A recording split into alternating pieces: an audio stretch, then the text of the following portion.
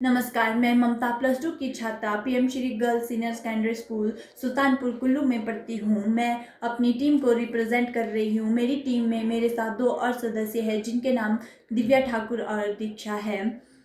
मैं आपको प्रदूषण के बारे में अवगत करवाना चाहूँगी। हमारे आसपास का पर्यावरण बहुत प्रदूषित हो गया है। ऐसे प्रदूषित पर्यावरण में रहना हमारे लिए ही नहीं कठिन हमारे लिए रहना ही कठिन नहीं है, बल्कि हमारे जीव जंतुओं के लिए भी बहुत कठिन है। अब हम प्रदूषण के कुछ प्रकारों के बारे में बात करना चाहेंगे।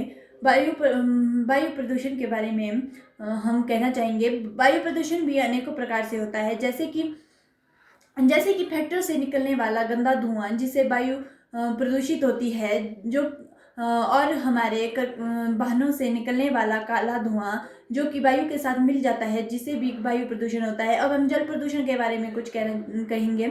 जल भी अनेक प्रकार से प्रदूषित होता है, जैसे कि फैक्ट्रियों से निकलने वाला जो गंदा धुआं होता है उससे उससे जल प्रदूषित होता है। फैक्ट्रियों से जो पानी निकलता है वो सीधा ही नदियों में डाल दिया जाता है, जिससे नदियों में रहने वाले जीव जंतुओं को भी हानि पहुंचती है। अब हम ध्वनि प्रदूषण के बारे में कहना चाहेंगे।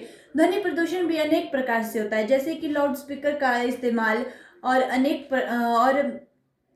प्रकार के वाहनों से निकलने वाला तेज कर्कश शोर से भी प्रदूषण होता है, ध्वनि प्रदूषण होता है।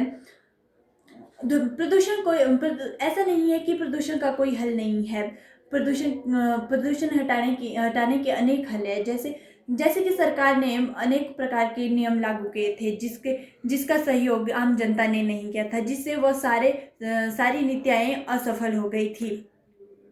प्रदूषण को मिटाने का काम केवल सरकार का ही नहीं है, बल्कि आम जनता का है। यदि आम जनता और सरकार दोनों एक साथ होकर प्रदूषण को हटाने के नियमों को पर लागू करेंगे तो हम पूर्ण रूप से तो प्रदूषण को नहीं मिटा सकते, पर हानि रहित सीमा तक प्रदूषण को मिटा सकते हैं। प्रदूषण को मिटाना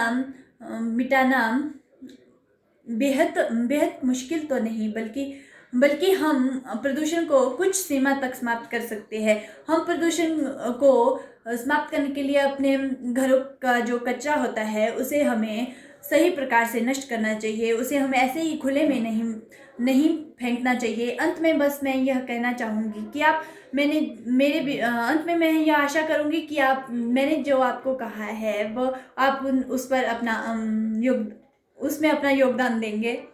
धन्यवाद। जय हिंद।